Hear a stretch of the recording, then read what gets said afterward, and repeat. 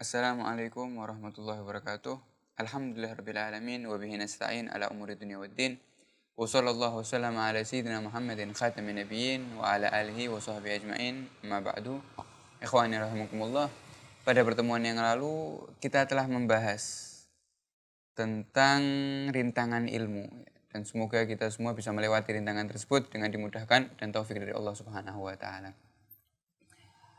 Dan insya Allah pada kesempatan kali ini kita akan membahas rintangan yang kedua, yaitu adalah rintangan taubat. Sebagai seseorang yang ingin berjalan menghadap kepada Allah Subhanahu wa taala, ke jalan bertujuan untuk memasuki surga Allah Subhanahu wa taala, maka kita dituntut untuk bertaubat karena dua alasan. Alasan yang pertama, agar mendapatkan kemudahan dari Allah Subhanahu wa taala untuk beribadah. Karena kalau kita renungkan bahwasannya beratnya dosa atau banyaknya dosa itu akan menghilangkan semangat ibadah dan bahkan bisa mencegah orang tersebut untuk berbuat taat. Maka bagaimana seseorang akan ditempatkan di tempat yang mulia di sisi Allah Subhanahu wa taala, akan tetapi tubuhnya berlumuran dengan najis, tubuhnya berlumuran dengan kotoran, yaitu adalah dosa. Bahkan kalau kita lihat Rasulullah SAW menjelaskan tentang hinanya dosa atau kotornya dosa ini, disebutkan dalam hadis Rasulullah SAW bersabda, jika seseorang berbohong, kata Nabi Muhammad SAW, maka dua malaikat yang ada di dekatnya akan menjauh. Karena apa? Karena malaikat tersebut terganggu dengan bau dosa yang keluar daripada mulut orang tersebut. Kita lihat, mulut yang dipakai untuk berbohong akan mengeluarkan bau sampai para malaikat terganggu. Apakah pantas lisan tersebut yang seperti itu akan dimudahkan oleh Allah Subhanahu wa taala untuk berzikir? Maka kita di sini dituntut untuk bertaubat. Yang pertama, agar dimudahkan oleh Allah, agar diberi taufik oleh Allah Subhanahu wa taala untuk beribadah. Dan yang kedua, sebab kita dituntut untuk bertaubat, yaitu agar amal ibadah kita diterima oleh Allah Subhanahu wa taala. Karena bagaimana ibadah kita akan diterima sedangkan dosa-dosa kita terus berlanjut. Maka dari sini kita akan membahas apa itu taubat dan apa syarat-syaratnya. Kita sudah mengetahui alasan kita untuk bertaubat. Sekarang kita akan membahas apa sih taubat itu dan apa syarat-syaratnya. Di sini disebutkan bahwasanya ulama mengatakan bahwasanya taubat adalah meninggalkan dosa yang pernah kita lakukan atas kemauan diri kita sendiri. Karena apa? Karena takut kepada Allah dan ta'zim kepada Allah Subhanahu wa taala. Ini pengertian taubat. Adapun syarat-syarat taubat ada 3. Yang pertama adalah berhenti dari dosa tersebut. Karena tidak bisa dikatakan orang yang bertaubat sedangkan dia terus-menerus mengerjakan dosa tersebut. Dan berhentinya dia dengan taubat tersebut atas keinginan sendiri, atas kemauan sendiri. Bukan dia berhenti karena sudah tidak mampu lagi. Bukan dia berhenti karena sudah tidak bisa lagi. Sebagaimana orang yang biasa mabuk-mabukan atau orang yang biasa berzina.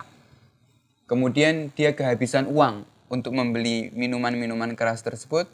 Apakah orang tersebut dikatakan bertaubat karena tidak bisa minum lagi? Tidak. Karena orang tersebut berhenti karena tidak memiliki uang. Bukan berhenti karena keinginan sendiri untuk bertaubat. Maka syarat taubat yang pertama, berhenti dari dosa tersebut atas kemauan sendiri. Yang kedua, syarat taubat tersebut berniat dari dalam hati untuk tidak mengulangi dosa tersebut. Jika seorang bertaubat akan tapi dalam hatinya masih ingin melakukan dosa tersebut di kemudian hari, atau masih ragu-ragu mau mengerjakan lagi atau tidak, maka belum bisa dikatakan orang tersebut bertaubat dengan taubat yang sungguh-sungguh. Adapun syarat yang ketiga, hendaknya keinginan bertaubatnya hanya karena Allah Subhanahu wa taala dan takut karena murkanya. Bukan karena urusan duniawi atau bukan mengharap pujian dari manusia atau bukan dari urusan lain. Kenapa kau bertobat? Takut kepada Allah. Kenapa kau bertobat? Mengharap ridho Allah. Kenapa kau bertobat? Agar mendapatkan sisi yang tinggi, tempat yang tinggi di sisi Allah Subhanahu wa Ta'ala.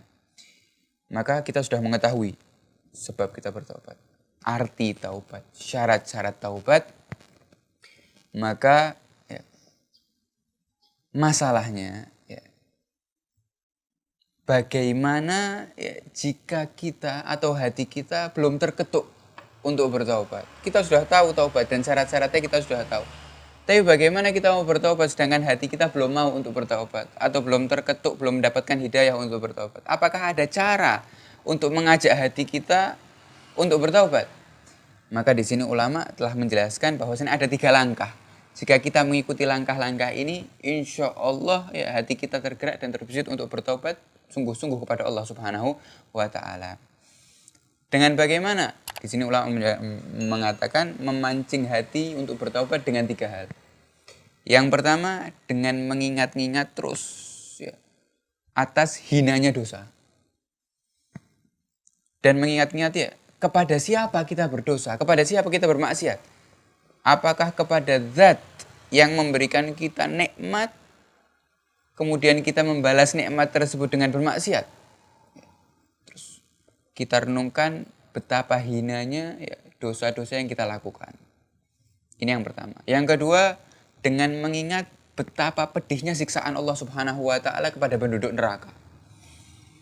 Ya, kita baca dalam Al-Quran, siksaan api neraka sangat pedih. Ya. Kita renungkan itu terus dan kita baca, insya Allah akan menghidupkan hati kita, ya menggerakkan hati kita untuk bertaubat kepada Allah.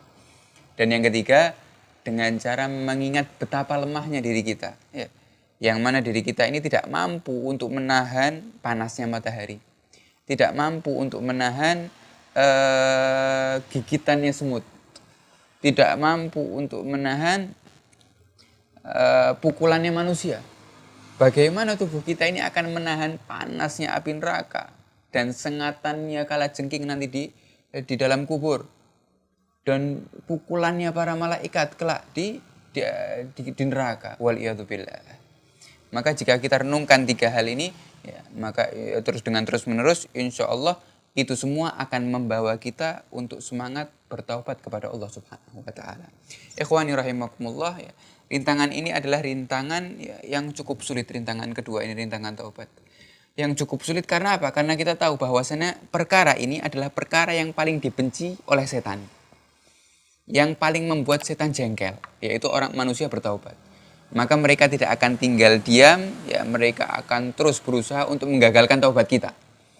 Maka insya Allah di pertemuan yang akan datang kita akan membahas bisikan-bisikan yang akan menghambat kita untuk bertaubat. Apa saja bisikan-bisikan tersebut? Apa saja yang akan terlintas dalam hati seseorang ketika seorang ingin bertaubat daripada hambatan-hambatan setan?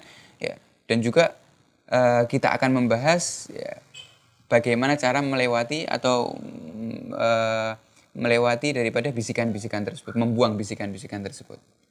Dan insya Allah juga ya pertemuan yang akan datang kita juga akan membahas hakikatnya bertaubat agar taubat kita ya menjadi taubatan nasuha yang diterima oleh Allah Subhanahu wa Ta'ala. Semoga Allah Subhanahu wa Ta'ala menjadikan ilmu kita ilmu yang bermanfaat di dunia dan di akhirat. Amin. Allahumma amin. Wassalamualaikum warahmatullahi wabarakatuh.